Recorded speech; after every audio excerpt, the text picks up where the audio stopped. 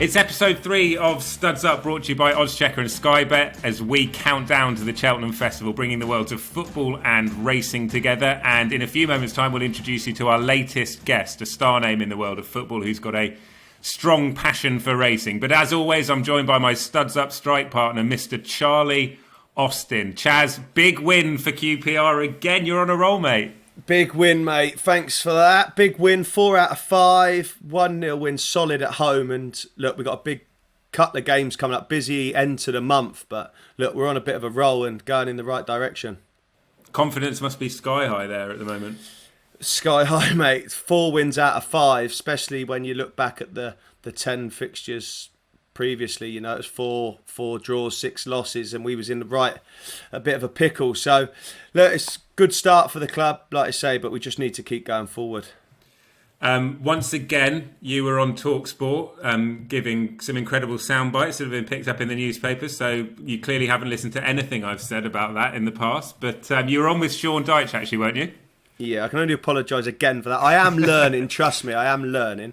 I was on with Sean Deutsch, my old gaffer. It was good to speak to him. Can see that he hasn't changed much, and you can see how his principles have stuck the same from the moment he first come to the club and probably to where they are now. And that takes us nicely, Mr. Bell, on to our guest for this episode.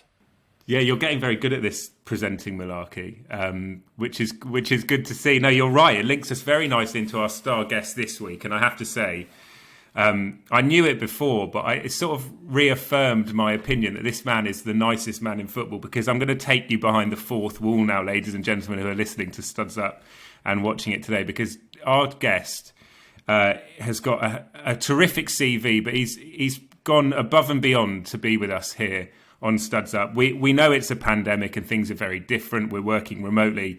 But Jack Cork has kicked his kids out the kitchen. He's set up his laptop or his desktop in his kitchen so he can be with us. He's tried working it from a barn. Corky, I can't thank you enough for the efforts you've gone to be with us tonight. Thank you so much. I hope that you're not bored of us already. It's okay.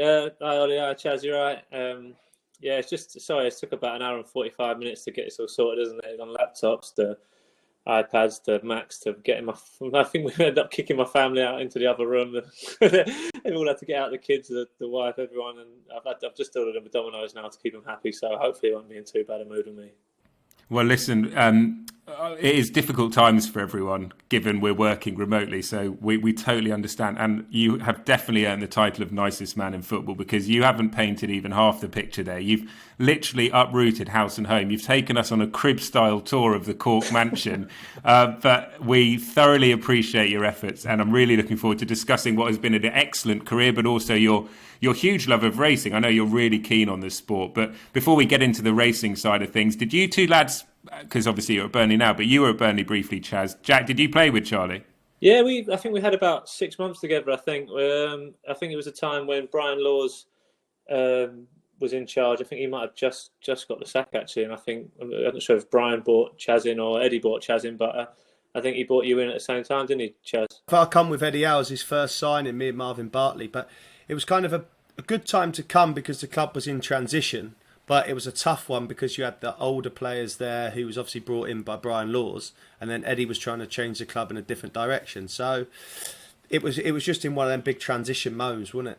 Yeah, I think he was trying to sort of change it so he could work with younger players, wasn't it? And we had a lot of older players like Graham Alexander, Clark Carlisle, Wade Elliott, great players, really good players, great history with the football club. And I think Eddie just wanted to take it a different direction, and I'm not sure how it affected Eddie's reign in charge at the time, but yeah, it must have been difficult for you coming in with that new manager with those older players that probably weren't happy with how the club was changing. Yeah, and I think, do you know what? I think he found it tough for 6 months, the first 6 months that he was there, Corky. I also found it tough, like settling in, moving. As you know, moving is a big thing as a footballer, isn't it? I moved from South right up to North the first time.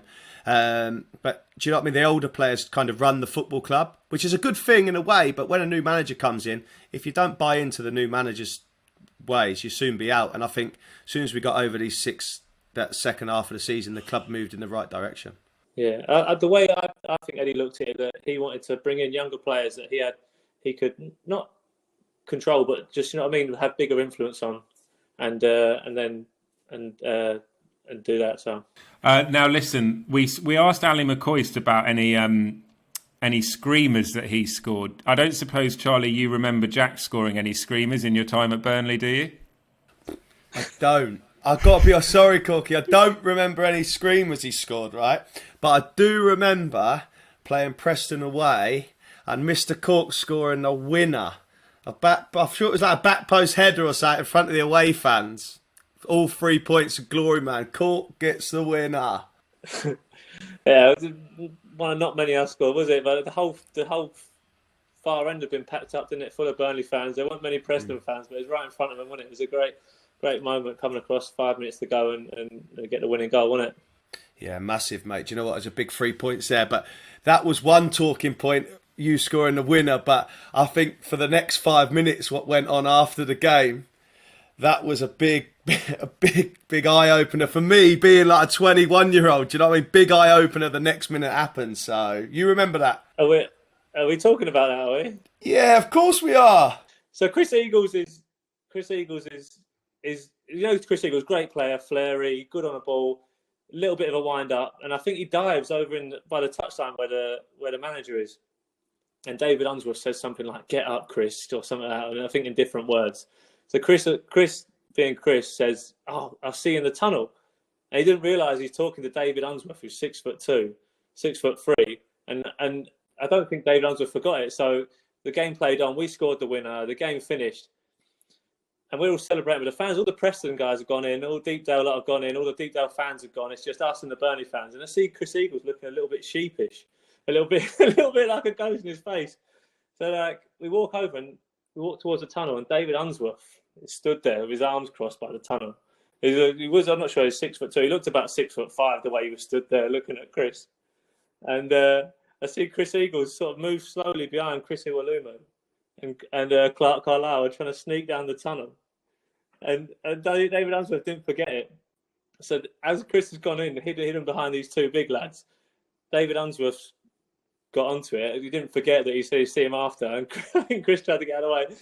And it's all kicked off. It's all rumbling. The tunnel was shaking, wasn't it? And I think someone picked up a steward at some stage or something. It was crazy, wasn't it? Mate, I'll tell you what, it was the most surreal thing. People have been to Preston, to Deepdale before, see the tunnel is so tiny, mate. And I promise you, there must have been 25 players, staff and stewards. Mate, the thing was rocking side to side. It was so, how Chris Eagles got away with it. How he got out of there with no slap, I don't know, mate. I don't know. Sounds like a bouncy castle. The tunnel. I was going to have to try to stay out of it, I think, mate. There's some big lads flying around in there. That's tremendous. The point that I guess Charlie made and has made on this podcast before is something that actually I think a lot of people who aren't in the world of football don't really understand, and that is when you're a young player coming through and you're being shipped out on loan quite a lot, because you were at Chelsea for a long time, Jack, and you had I think it's 8 loan spells with 6 different clubs, but you're a young man, obviously trying to enjoy life as well, and you're going from place to place, living out of suitcases, I imagine. Like, how difficult is that just from a sort of practical sense?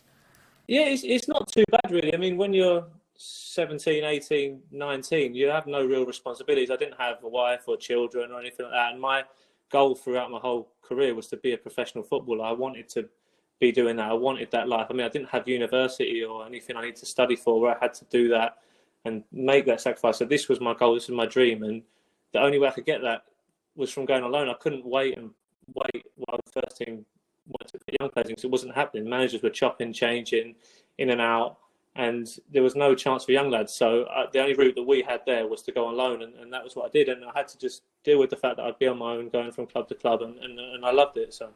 Yeah, Corky, you obviously talk about going on loan, and did you find that just give you the stepping stone going forward, the experience, clocking up the games? Because like you say, you was at Chelsea and you weren't getting a lot of opportunity there. So going away, clocking up 50, 100 games, like for the back of the career into the Championship, etc., like that must have helped you going forward on to be the player that you are now. Yeah, it's difficult because you could wait around in that Chelsea bubble, and it's got even worse over the years. Not worse, because it's a good club to be at as a young person. I mean, you get to learn from some of the best players in the world, especially when I was there. They were winning everything. So it's great but you're never going to get that experience. You know what it's like. You go on loan, you play against men. There's a lot on the line. There's a lot. They need to win games, and you only really get that from doing that. I mean, and I remember I played against Liverpool for Burnley, and I remember we played against Steven Gerrard, and I remember just being like a little bit in awe of him, and he just smashed me in a tackle, and I remember thinking, Jesus, if I want to aim for that level and be that sort of player, I've got to be nasty. I've got to be aggressive as well as trying to. I can't let these people be like above me. Do you know what I mean? You can only learn that from competitive environment. And when you were at Chelsea, Mourinho was there and things like that. And is that because you can't, even though you're training with world-class players, you can't replicate what you need to learn in a game, in a match environment like you had in that time? It was more me watching them. I didn't really train with them too much. I mean, I'd go away I'd train with them a little bit in pre-season, and I'd be shipped out on loan. I went to Bournemouth first, went to Scunthorpe, Coventry, Watford, all these places. I'd come back in January sometimes for a week, and I'd be off again. The only thing I could really learn from was from watching them, watch how they train, watch how they were off the pitch, and what they did to improve themselves and to make them at that top level. And it was a good thing to be able to see. Yeah, Corky, when you went on them pre-season tours, who was the person you kind of looked up to and see doing a little bit extra in football? If he's doing that, I need to do that. I need to do that and a little bit more. The one person, there's a lot of them at the time actually. There was John Terry, Ashley Cole, a large British group of players that were successful at the time. But the one that stuck out for me was Frank Lampard. Really, I know everyone says it, but he was outside shooting all the time, and he was doing 18-yard box to 18-yard box whenever he could, really. And we were watching that. And I think he wrote a book once, or did an article once, saying that the young lads these days have got it too easy. They come in with their wash bags, they come with their new cars, their flash things, and it hurt a lot of our youth team at the time. We had a good youth team. We had me, Ryan Birchall, Scott Sinclair, Miroslav Stock, Sam Hutchinson, Liam Brickett, all good players, good pros. And I think him saying that made us angry and want us to prove him wrong. Do you know what I mean? We didn't want that associated with us, and it was. I think he sort of spurred a lot of us on, really. So, your dad, your old man, was Alan Cork, who obviously was part of the Crazy Gang and things like that. You talk about the young players coming through? I mean, this is 10 years ago that we're talking, when Frank would have written that article. And if you go back to your dad's day, I'm almost certain that it would have been a bit different to how it is in your day. But do you think nowadays, in 2021 as we are, that young players coming through, are you now in a position where you look at it and think the young players coming through have it easy? Or is there still that drive and that fight and that sort of Corinthian spirit to a certain extent that you want to see from young footballers coming through? Yeah, obviously my dad's day was completely different. I mean, they would have chased people through forests and stuff like that. There's one story where they'd chase the young lads, they'd hit a bell and they've got to chase them, and whoever gets hit found first gets jumped on by, I don't know, it was a strange time when he was part of the Crazy Gang and all that stuff. But I think gradually it's lost that sort of thing. And now, especially with the move from under 18 football, there's no reserve team league anymore. It's a 23s league.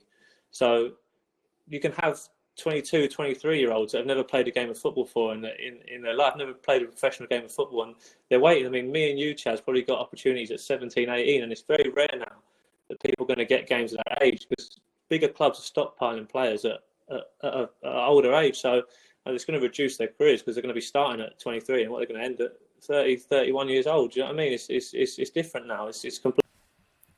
And the one I agree with you there, mate, is where they're stockpiling the players, right? But they don't allow them to go out on loan, because they don't want the other teams to see what they've got in behind. So obviously you see Chelsea's their prime example. They send all their players abroad, do you know what I mean? But what happens? Then they get to 22, 23, they get released, Corky. Then you've got a player that's 22, 23, that's played single figures league games. Do you know what I mean? That's not going to work for nobody, is it? Do you know what I mean? So I think that system and that way it is, how the game's evolved, it's not really helping the younger players. No, I totally agree with you, Chaz. It's different. The opportunity is so limited, and when they've got to 23 years old and all they've done is football, and they probably haven't worked on too much on qualifications or anything outside football, it's a tough world to be in at 23, 24, and all you've wanted to be as a footballer, and you're let go from one of these clubs. It is difficult. One thing, when I was going through the Nicest Man in Football, Jack Cork's fact file, I saw that actually in 2012 you played at the London Olympics for Team GB. Could you just tell us about what that experience was like? It was amazing to be a part of it as a fan, but what was it like to be involved in the Olympics? Yeah, it was. I honestly, people ask me sometimes. I don't have the words for it. It was just such a shock, and it was just went so fast. It was just amazing. Like going in that Olympic Village, seeing all the other athletes, travelling from Old Trafford to Millennium Stadium to Wembley, playing these teams, seeing all these athletes. It was, honestly, I don't have the words to explain how good it was. It was such a good experience, and I'm so proud that I was allowed to be part of that. Yeah, I was going to say, mate, you must be so proud to be a part of that, because not many footballers, mate, can say they played for Team GB. Do you know what I mean? At the Olympics, must have been incredible. When you was in that village, did you see Usain Bolt? Yeah, we started walking. There was like a big food court, and there was a McDonald's in there and everything. And you could see where it was, because anytime we walked past, the people just closing on the side. They had all the NBA players as well, and everyone was just in awe of just all these players. It was amazing. If you asked me what athletes in the Olympic Village restaurant there would be there, the last thing I would say would be a McDonald's in the food court. That must be for after the games. That experience would have been incredible.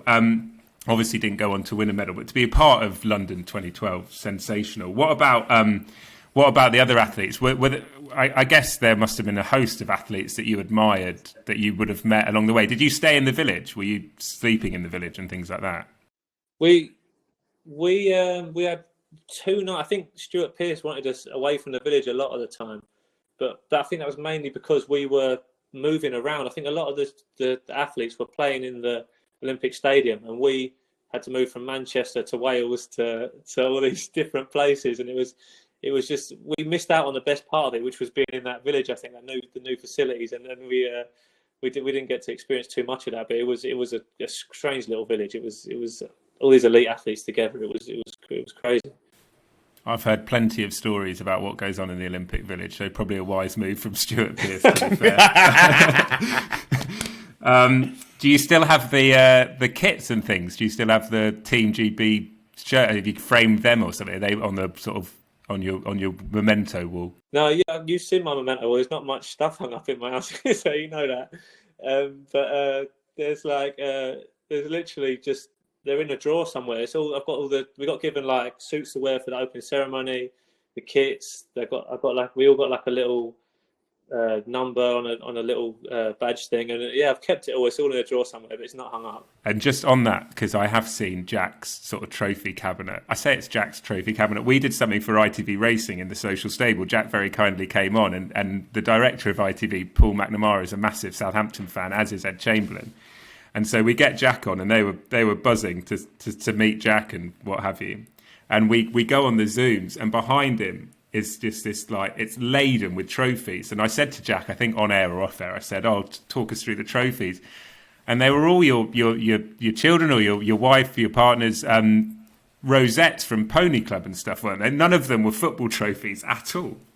No, the whole. I wish I could be in that room now, but it's just the whole trophy is just rosettes from different horse shows that she's done. Or we have an event horse with Ben Obday who's done quite well as like a 5-year-old, and they all take up the middle. And if you look at the top corner, it's just a couple of Man of Match awards and my England cap stuffed right in the top corner. I don't have much to do with the decor.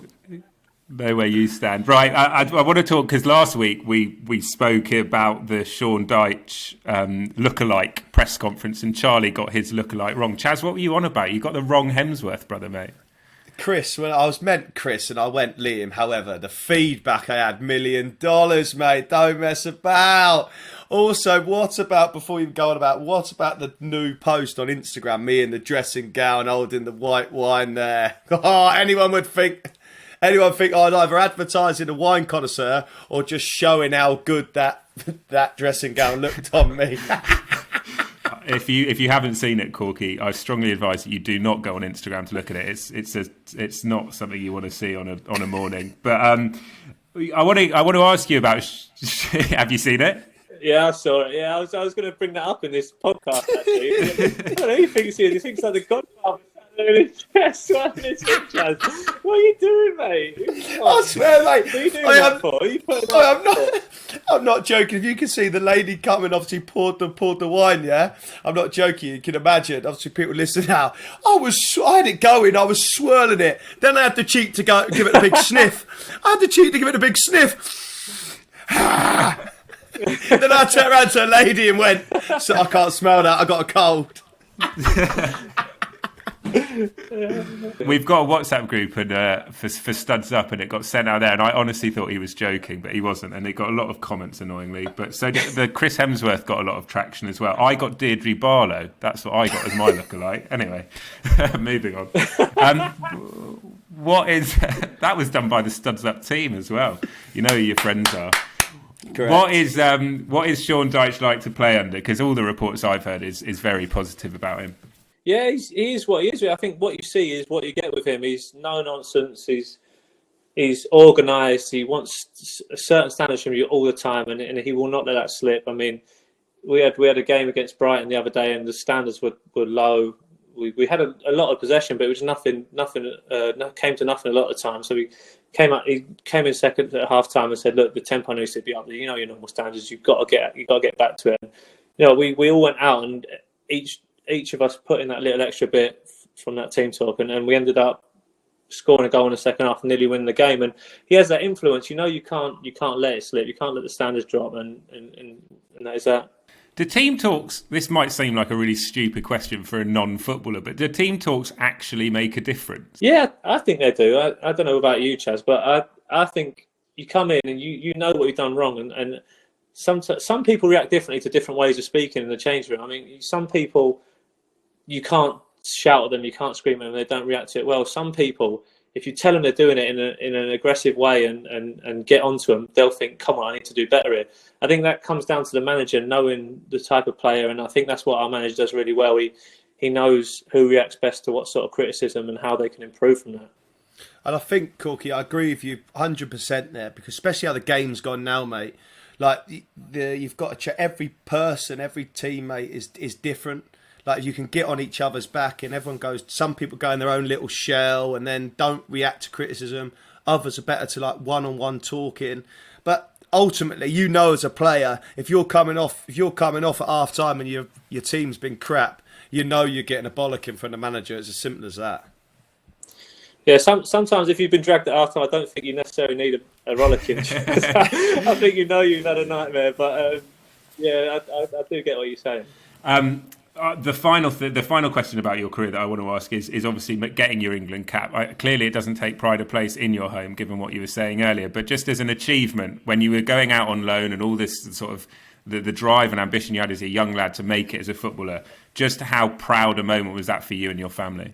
Yeah, it was amazing, a great moment in my career, and I was just really grateful that Southgate gave me the opportunity. I think I was 28, 29 years old. And he picked me. I think we were fourth in the league or something like that. And he always said that he was going to pick people on how they were doing at the time and form at the time. And I didn't believe it. And a few midfielders pulled out, and I thought maybe I got a chance, but I didn't really think I did. And you know, he stuck to his word, and I was doing really well at the time, and put me in the squad. And it was an amazing experience. I just maybe wish I could have had more opportunities to do it. I think the form of our form sort of dropped a little bit towards the back end of the season, and we had to be playing well at Burnley. You had to be doing well to get a chance if you want to be a Burnley player, get an England call up, and we weren't consistent enough in the league. So no, I'm just grateful that he gave me the opportunity, and a little bit sad I didn't get another opportunity, but that's football. Is he an impressive manager? Yeah, he was good with me, really welcoming. He's got a good group together, a really good group that work hard and play well. And yeah, he was really welcoming to me. He just said, look, I know you've done really well this season. Good chance for you to come and show yourself, enjoy yourself, make sure you enjoy all of it. And I managed to get on against Germany for 15 minutes, and I touched the ball loads and tried my hardest to do all I could. But yeah, it was just a great moment. And finally on that, I think I try and relate to what you guys go through. And I think as fans, we all try and put ourselves in the shoes of footballers, because that's kind of what we all want to be, essentially.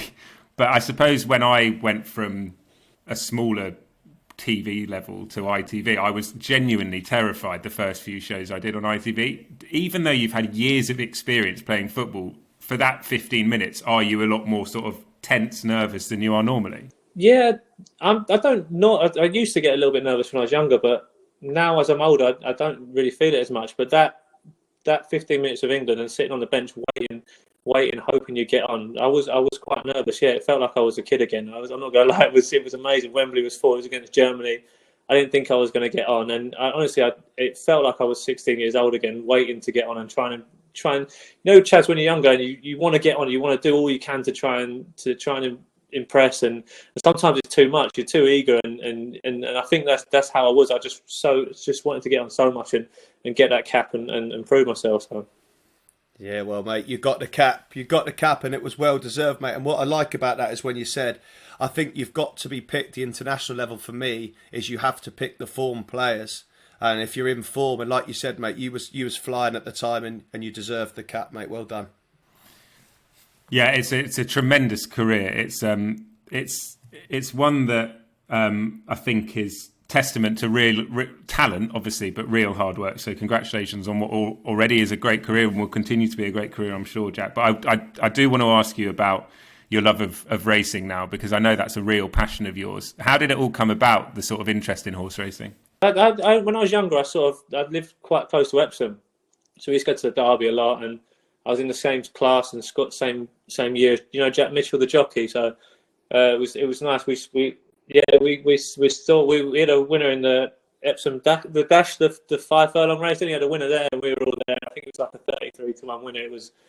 It was an amazing moment. A lot of people had bets on him and won a lot of money. It was an amazing day. So that sort of started that, and then my dad's always been into the horses, being football, so he used to always send me the bookies and stuff like that, all the smoke pouring out and stuff like that.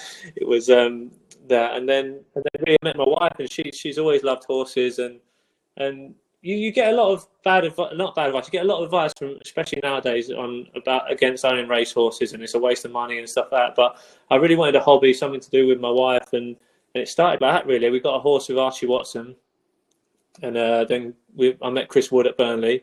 He got a horse with Archie Watson, and then a few more of the boys started asking about it at the football club. So then we had Matt Loughton, Tarkovsky, Pope, Sam Vokes, all interested in getting a horse. Then we ended up getting two.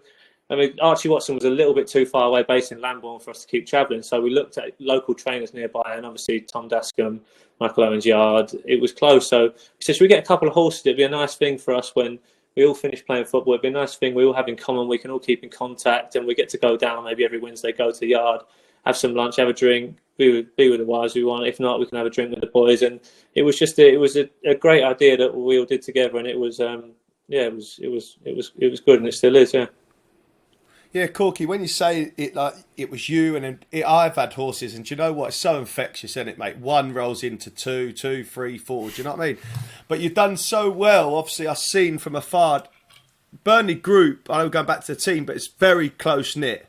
And for you then to get, obviously, falling it with Chris Wood, and then to get 5, 6, 7 of the lads into the involvement of owning racehorses, do you know what I mean? That just shows like the team spirit. Then it's a great day out for the lads, and a great day out for the lads and the wives. That's what I found anyway. Do you know what I mean?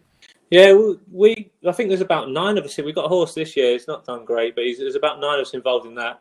But we had one great day. We had one of the horses that we had with the 5 or 6 lads, the 6 lads, 6, ended up winning at Cheltenham. We had all the wives there, all the girlfriends, all the kids.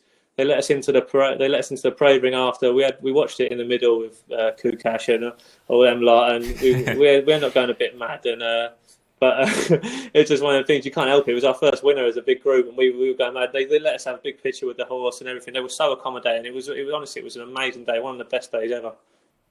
What's interesting about what you said at the start there was that some people advised you not to get into it, right? And I think nowadays, particularly nowadays, because of COVID and the pandemic and stuff, the prize money has been terrible in British racing for a long time, and I hope that when we get out of this situation, it's something that everyone can pull together and try and improve, because that is a factor as to why people would own horses, but it's not the sole factor, and in fact it's probably pretty low down on the priority list for a lot of people. So what is it about that experience with your friends, with your partners, with your family, that that gives you such a hook? It captures you. What is it that you found about it that you've enjoyed so much?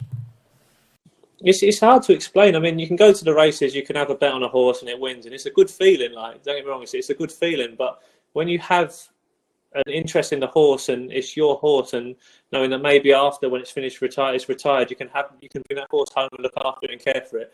That's your horse, and you watch that horse go from like a young horse to develop and win that race. It is an amazing feeling, especially when it manages to win and you're with everyone and you've got such a big interest in it. It's the closest. Because I don't score many goals, it's the closest I get to scoring a goal is watching a horse win a race or get close to winning. Even when it's second or first, as long as it's in with a chance. Like, we watch 2 or 3 races. We had one at Newbury recently, and so we jump up and down screaming. The kids are going mad, the dogs are screaming, and my little ones. We played Aston Villa the other day, and my eldest one said to my wife, "Mummy, why don't you scream as much Why don't you shout and scream as much when Dave plays football as you do when you watch horse racing?" It's just one of them things. Now, I know from spending a lot of mornings on gallops that it doesn't always go according to plan. Have you ever had any disasters watching horses on the gallops, Jack? Not on the gallops, no. I'm not on the gallop. No, you know what I have? Yeah, I have. One time at Lambourne, there was a horse, because they're only babies, aren't they, at that stage? And one kicked off through the rails and it ended up kicking all the other horses. It wasn't great, but it's, someone told me can be a bit mad sometimes. Someone told me a bird flew into your car once at Mick Shannon's. What? Oh yeah. Yeah, hang on, and by someone I mean you. We were looking to get a horse with Mick Shannon at the time, because we were in Southampton, before he moved to Swansea. And obviously he's a legend there. He's got his yard close by and stuff. So we got in. They got the old Freelander or the Defender Jeeps that they rag around all the yard, don't they? So we're driving around, and Mick Junior's in driving, and Mick's in the passenger seat, and he's gone by a hedge, and a little bird flew in through the window. There's only one window open. It hit my son right in the side of his head. Bless him. He was crying his eyes out. The bird was darting around his car, and honestly, it was traumatic for my son. It was a funny moment, but only funny when the bird managed to fly out the car, which is a bit mad. But yeah, that was eventful. I mean, we didn't actually get a horse with Mick, which I ended up feeling quite bad about. It was just circumstances. Really. Yeah, circumstances. No, Corky, the circumstances with a bird nearly KO'd your son, mate. I would be buying a horse for him and so either. Bless him, he was crying his eyes out there. It's great to hear your enthusiasm for the sport, and it's certainly great to hear that it didn't waver after a bird nearly KO'd your son, as Charlie said. And I'm sorry for laughing at that story initially. I hope, and I'm glad your son is. No, it was funny. No one was there except for maybe the bird. I'm glad your son is A1. That's half time in Studs Up. Brought to you by oddschecker and Sky Bet. There's still so much more to come, including we'll get Jack's anti-post selection as our latest guest on Studs Up for the Cheltenham Festival. We'll give you Chaz and mine's Sky Bet double ahead of this weekend's racing, which is very much open to the weather at the moment. And of course, we'll discuss all the latest news in the world of football and racing. But as it's half time, that means the whistle's gone and it's time for Charlie's rant. My rant is Harry Kane needs to leave Tottenham to win trophies. They are miles off it, Tottenham, to win the league or to win any trophy. Although they are in the final against Manchester City, they are 5-2 to win a domestic treble. They have to even win 4. Tottenham won't beat Man City in the Carabao Cup. What does he decide to do? Beat Jimmy Greaves' record at Tottenham? Run Alan Shearer close in the Premier League? He should move on and win trophies with other football clubs.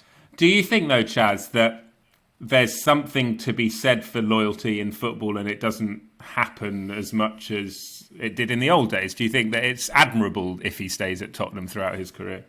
Yeah, for Tottenham it is. For Tottenham it is, not for others. Look, Shearer had the chance to go to Man United and didn't. He went to Newcastle and look what he'd done for his career and scored goals, but didn't win trophies, unfortunately. Teddy Sheringham had to leave Tottenham to go to Man United to win trophies. And then he went back to Tottenham. Just for me, I feel, what does he want to look at the end of the season? He wants to see in his trophy cabinet not just golden boots. He wants to see team accolades, and I feel like he needs to leave Tottenham to achieve that. Do you think he should go abroad or stay in the Premier League? I don't know. Listen, he's going to cost big money, but the money is what it is, and they're going to have to pay that to get Harry Kane out. Was it 150 or something like that, which is a lot of money. But what he brings, he's England captain. He's going to score goals for you. But I truly believe for him to go on to the next level of winning trophies, he needs to leave Tottenham. And as a star striker yourself, Chaz, do you think that Harry Kane would be an automatic name on any team sheet in any club around the world? Of course.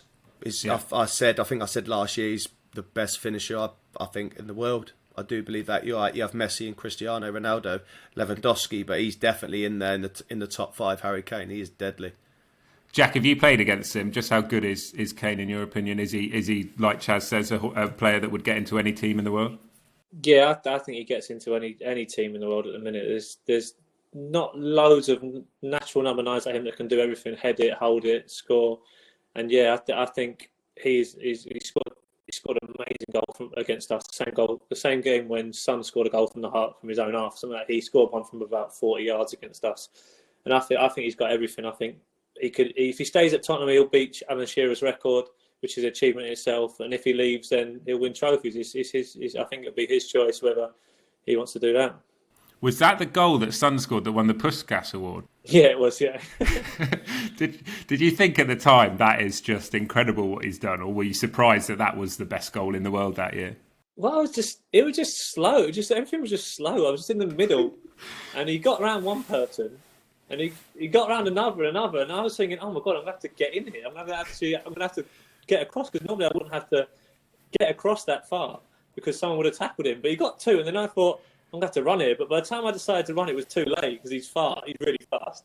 So they beat Eric on his neck touch and scored. And it was an amazing goal. Don't get me wrong, it was amazing. But it was very bad defending from us. We should not have allowed that to happen, really. Well, thanks for your latest rant, Chaz. Harry Kane should move on to win trophies, to sum it up. We're going to kick off the second half there with a new feature on Studs Up this week, where we're going to ask our guests to score a Studs Up hat trick by answering 3 questions, and we'll ask the guests the same questions each week, because I'm sure there'll be some amazing stories within these 3 questions. But the first question we're going to ask our guest is: who was, Jack Cork, the biggest influence on your career? Probably. I've had a few actually. There's probably my dad. Obviously, is the easy one because he played at a good level, won the FA Cup. When you're looking at managers, we had to look at Brendan Rodgers. Had me as a youth team manager. Pochettino was amazing. And players-wise, like I said, touched on Frank Lampard. And one player, I don't know how Chaz got on with him, but Jose Fonte at Southampton. I remember the first day I turned up, we played a friendly game. He said, "Oh, we're gonna play in Europe," and they'd just been promoted from League One. And I was been thinking, no chance. We're not going to get up this season, play in the Premier League, and then qualify for Europe. We ended up coming second. We got promoted that season. Next season we did okay. And the season after that we were in Europe. And I remember thinking, how did he say that at Championship level, a team that just been promoted from League One, and he just had that drive to, no matter what he was going to play, he was always going to be the best. He was going to be the leader, and he's not stopped doing that. He then won the Euros with Portugal at like 34, and now he went to China, came back. Then he's top of League One in France now with Lille and stuff like that. And he's just got that drive and determination to say, no matter what age and whatever state I'm in, I'm going to try and always play and be the best I can. Yeah, Corky, I've got to agree with you there, mate. Jose Font was an ultimate professional, and he kind of, like you say, won the Euros. He was heart on his sleeve. He run the club at Southampton, and when he moved on, it was obviously when it downloaded. But for him, mate, I thought he was top drawer, and he's gone to have the great career he deserves. I remember just thinking when he turned 30 or 31 at Southampton, they weren't giving him a new deal. I thought his career is just going to peter out here now. He's going to maybe move down. It just went up and up and up, and yeah, he's a great role model and professional. What about at any level you've played, be it international, whatever, the best player you've ever played with or against? I'd probably pick someone that I actually play with a lot. I mean, I could pick someone from Chelsea, one of the first team boys, or England or GB, but I didn't really play with them consistently to see that. I mean, I feel like the best player that I played with personally was Adam Lallana at Southampton. I mean, I know I'm going about Southampton a lot, and people probably won't relate to it as much as saying Jose Fonte and Adam Lallana, but Adam Lallana could make.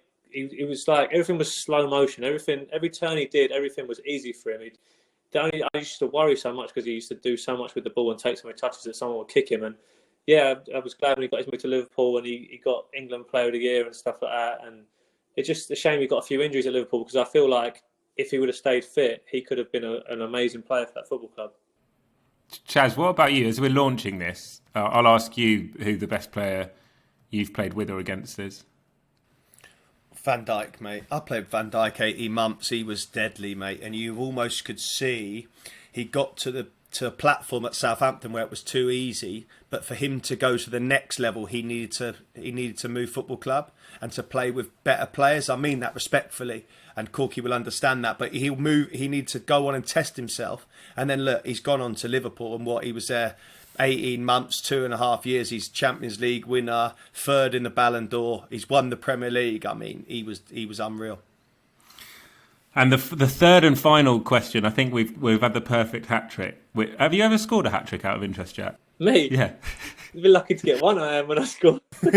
Well, you're about to score your first ever hat trick by answering this question there, because the final question in our Studs Up hat trick is, what's the most embarrassing moment of your career, be it on or off the pitch?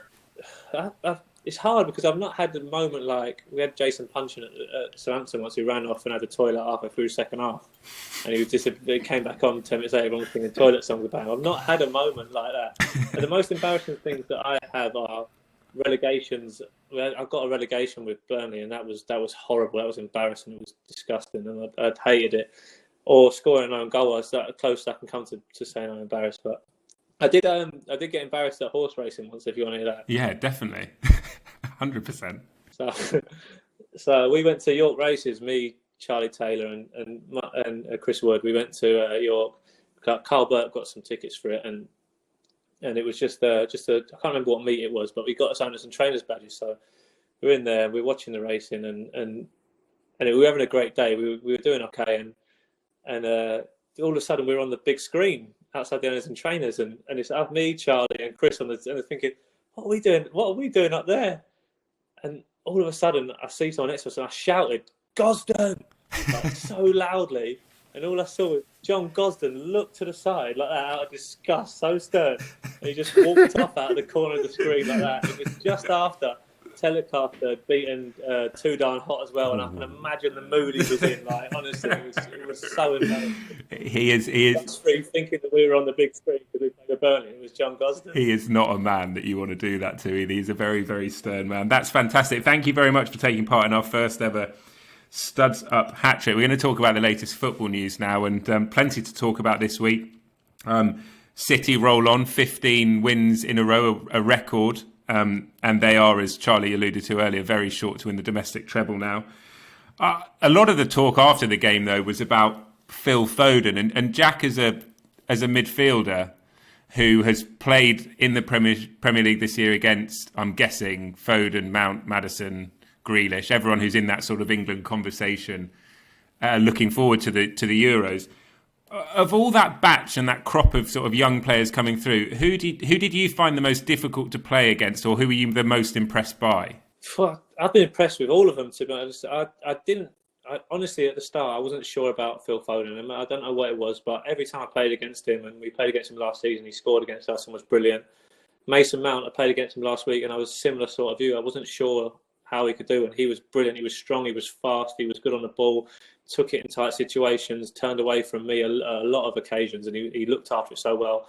And Grealish, when we played against him, was amazing. Like, he flicked it over on the player's head, ran on the ball, and I think it's a very, very tough decision for Southgate to make, looking at that position, because there's a lot of players that are doing well at the minute.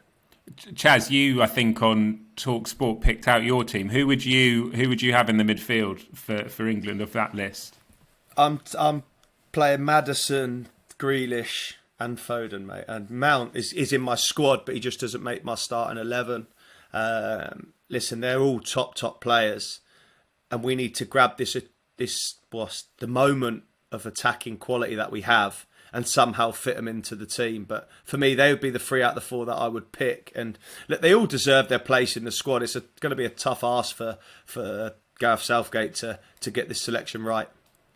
I read an article after the City-Liverpool game that said that a lot of the writers were saying he's a sort of generational talent. Do you think Foden is one of, if not the brightest stars coming through from England that we've had in, well, maybe arguably since Rooney, perhaps. Like, Jack, would you say he is a generational talent?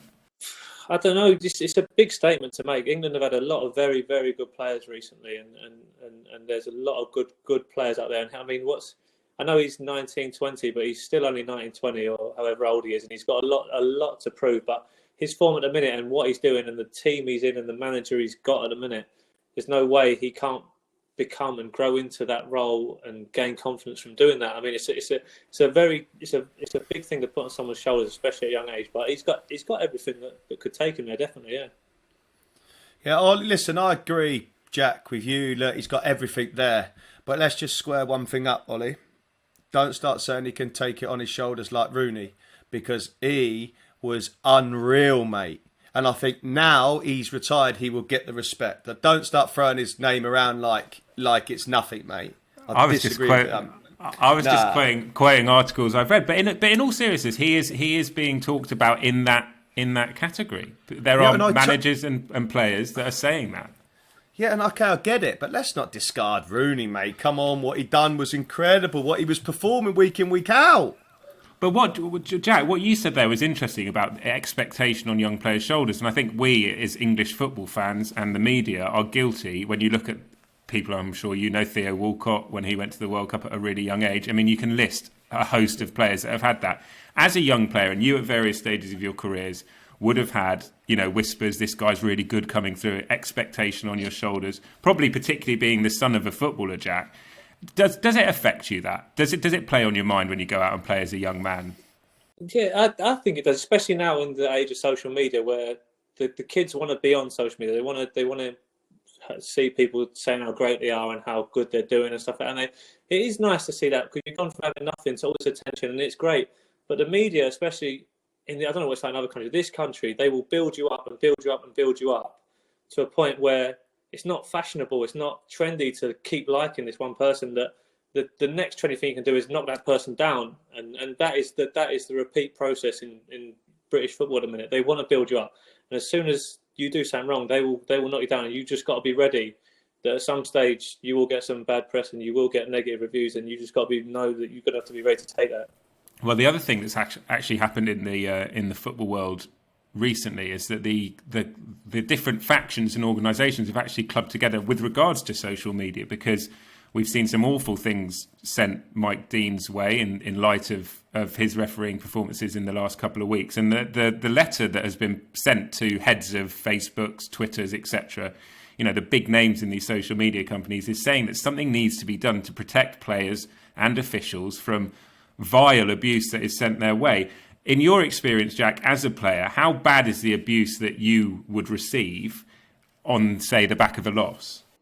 Yeah, I'm not lucky enough to play for a big club, but the stuff that I have to put up with and stuff like that is tiny compared to what these big players have to deal with. No, he's at the back of newspapers, he's on Twitter, on Instagram, he's on all these big sites. If he doesn't see it, his mum will see it, or his sister will see it, or his daughter in some cases might see it, and it's horrible. I don't know how people can get away with saying some of the vile stuff they say, and there's no consequences. It's I don't know. It's something needs to be done, but it's hard, because if you start trying to censor certain social media outlets, then they'll sort of lose all the people that have subscribing, and then there would just be another social media outlet that opens up that doesn't require the identification or something like that, and then everyone will just move to that. So there's no consequences for what they say. It's just I'm not sure how to deal with it.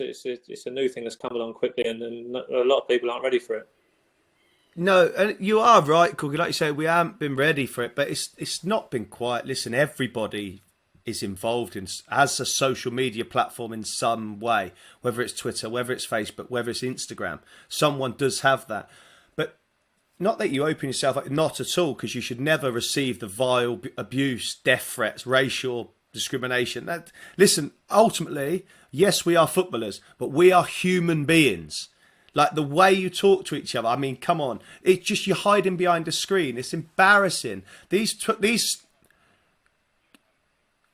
not death threats. When I was at QPR the first time with our 9-year-old girl, when she was only 2 at the time, I received a couple of stupid ones. People were saying they're going to come to my house or go to like a nursery and that and take her. I was just like, fuck off. No, you're not. But yeah, because it obviously got to me. Do you know what I mean? I was only about 23, 24 at the time. Got to me. And then only until I put it out on Twitter, like quoted the tweet, retweeted it and replied, that a lot of the people got onto it and realised it was, do you know what it was? It was like 2 17, 18-year-olds just being ridiculous, but these social medias give these people the platform to basically say what they like, and it needs to be prevented. It does. It needs to stop, because you are hurting human beings. We are human beings. Everybody's there. There's no need for it. And the thing about referees, look, obviously, I'm sure you've had games where a referee hasn't had a good performance and what have you, but a lot of the time, we always say we quite want our referees when we watch games to have personality. Then one like Mike Dean comes along who has got personality, he's slightly more unique than the others, and then they criticise him for that. I don't know whether Mike Dean's refereed any of your games, Jack, but is he a ref that you enjoy reffing your games because he brings a bit of personality to it? Yeah, I like Mike Dean. I like him a lot. I do think he's a bit theatrical and stuff like that, but it's funny, isn't it? It's good. Like I've had games where when you are frustrated with referees, it's hard to not swear or not say certain things to them. And sometimes some referees, not that they're like arrogant, but they give you a reaction that is not sympathetic with how you're feeling, and it just makes you angrier. And I know they're doing their job, but it is very difficult when you're not brought up in sort of a rugby sort of atmosphere where you're so respectful of the referee and people are doing it. I think sometimes it can get a little bit too out of hand, but it's hard to control your emotions, and because you can see certain people have influence over the referees when they talk to them, and it just gets more frustrating that when you try and do it and you don't get something back, it can be hard. Yeah, that would absolutely fry me. I hate that when you see like someone getting beneficial treatment, perhaps. But look, to draw a line under that, any abuse, racial discrimination of any form is something that we on Studs Up wholeheartedly disapprove of, and I hope that letter has positive reaction to the powers that be. Let's move on though to the latest racing news. Chaz, Dublin Racing Festival last weekend. Boy, we saw some good horses there, didn't we? Poor mate, big time. Honeysuckle, how impressive. Do you know what I mean? Honestly, chuck the name straight in the hat to go to the champion hurdle. You're talking Monkfish, Chacon Poussoir, put it right up. The only thing you're looking at is now is you're outie, you're thinking, what's going on here? Obviously, can I just interrupt you very quickly, because Chacon Poussoir was shades of Joey Barton in Marseille, mate. What was that accent you just went with there? Chacon Poussoir. That's it. Poussoir. There we go. That's better. Poussoir. I think I was trying. I'll tell you one thing. What I ain't doing, mate. I'm not pronouncing your double from last week. What was the name of that one? Energenim. Yeah, that one.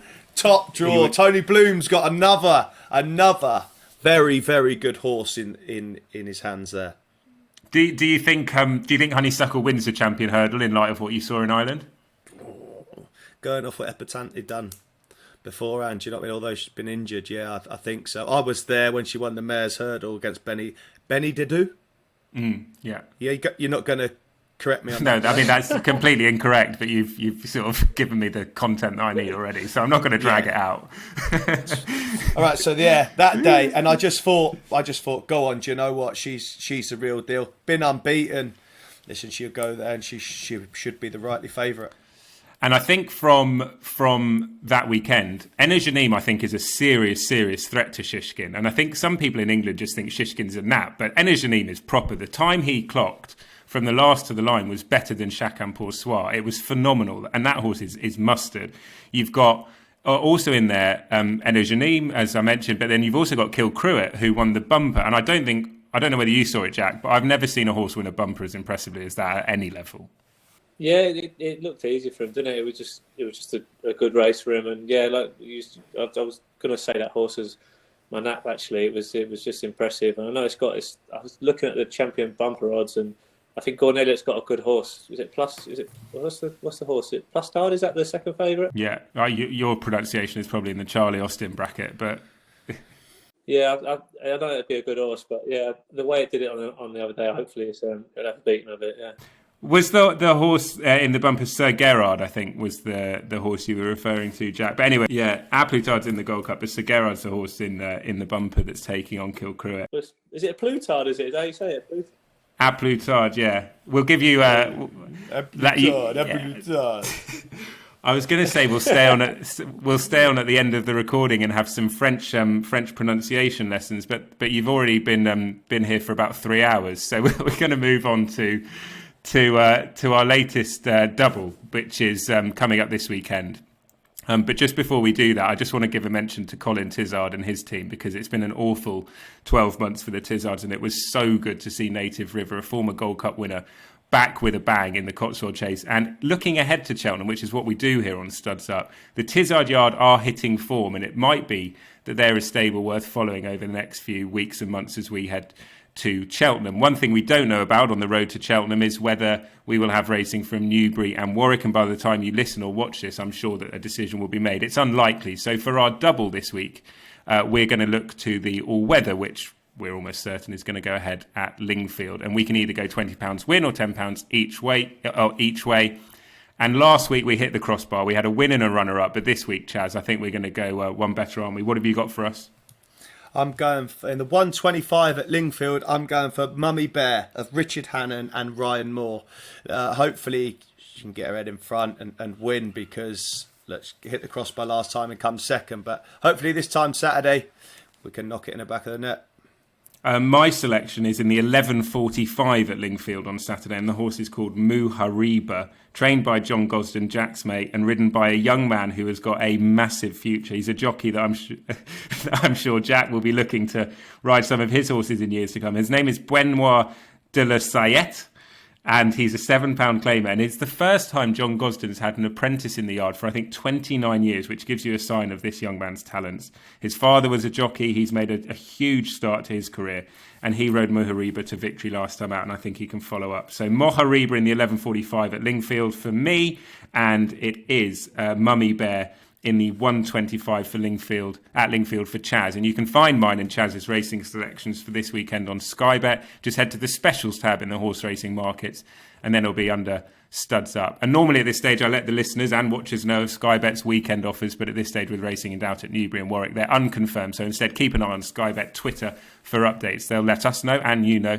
as and when their money back specials will be up and running for this weekend. So I know I sort of prematurely announced your Cheltenham anti-post selection, Jack, but just reiterate it for us. Who's it going to be?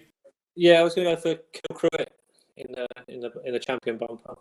I think the way he did it on the weekend was really impressive, and yeah, no reason why he can't do it at Cheltenham. So just to reiterate, for those that are new to the podcast this week, Ali McCoist, our first guest on Studs Up, went for Royal Pagaille in the Gold Cup. Charlie Adam had 2, Envoy Allen and Ascaria 10, and we've got Kilcruit to add to the Studs Up list this weekend from Jack Cork. So Jack, thank you very much for that. Now I have to ask you one question before you go, because it is a double game week in Fantasy Premier League for Burnley this week. Should our listeners be putting Jack Cork in their fantasy teams? To score goals? to do something. Yeah. Well, listen, we've got 3 big games coming up. We need the points. We need to win. And historically, we have done well against teams in and around us over the last 4 years. So I think a Burnley striker to score, or a Burnley defender to keep a clean sheet would be a great shout for your fantasy team. I heard Patrick Bamford say that he was fuming that he took himself off captain that day, that he had a good game. Chaz, do all the players get involved in Fantasy Premier League like all of us up and down the country? Yeah, of course. Just a bit of banter, isn't it? I think I'm in a couple of leagues with the West Brom lads and with a few of the Southampton old boys and that. Lads love it. A bit of banter going on. Trust me, it's all about getting the triple captain right. If you get your triple captain right, you're laughing, mate. Chaz, did you put yourself in at the start of the season when you were playing for West Brom? You Bell, I was on the bench every week. I didn't know whether you were sort of hoping. I don't know. Do you know what? The one question I actually had to ask about that, and it's something Jack said earlier, and before we wrap up, just one question. You know how you were talking about when you were playing for England, right? And you were warming up and you were sort of trying to grab the the manager's attention. I've seen lots of memes that have gone out of players like trying to catch the manager's eye. Does that happen in football when you're like stretching in front of the manager and being a bit nearer to the dugout to try and get their attention? Yeah, I don't know if it works because I've not been a manager, but yeah, you warm up and down, and you can see them. You can every now and again they look over, see who's doing stuff, and you can see if they're looking. Your eyes light up a little bit if you're going to come on, and then they turn back around. Or sometimes they shout. And you go out to run and it's for the person behind you, and you're like, oh, and send them back across, which is awkward. Chaz, I didn't know whether you would have been sort of stretching in front of Slaven Bilic at the start of the year if you were in the fantasy team to try and get on. No, and I do like how you're trying to get out of this, but I was trying to stretch on a Saturday morning at the training ground, unfortunately, because I wasn't even involved in the squad, Mr. Bell. Sorry. Shut your question. Okay, sorry. Okay, what we'll do is we'll call it 1-1 because of all the Talk Sport headlines you've given. Let's call it 1-1, a clean slate moving forward after episode 3, because I have to say, and allow me just 10 seconds, probably a bit more, just to say just what an unbelievable guest you've been, Jack. Not only during the episode, but what you did for us beforehand. It won't mean anything to the listeners or the viewers, really, because they weren't here involved in it. But you spent an hour and 45 minutes minimum trying to get your internet to work, trying to get set up so we could hear these incredible stories and your passion for racing. And I'm sure I speak on behalf of all of our listeners and our viewers and say thank you so much, because you are, as I said, the nicest man in football, and it's been an absolute pleasure talking to you this evening. Yeah, thank you so much for having me. It's been a good laugh, and it's been good fun, even though it was slow at the start. It's been good. It's been eventful. We got there in the end, mate. We got there in the end. Honestly, Corky, thank you very much, mate. You pulled up trees to get this episode done. Thank you very much, mate. I do appreciate it. Yeah, what a man Jack Cork is. Ladies and gentlemen. It suits you all this talking, Chazza. I know, mate. I'll tell you what, Jack, before I go, he's got a big future in this game, doesn't he? Yeah, he's loving it. It's like when you read your kid a book and your facial expressions change and the tone of voice goes up a certain bit. He's so used to it. He's doing well. Nice, Chazza. Cheers, mate. What a guy.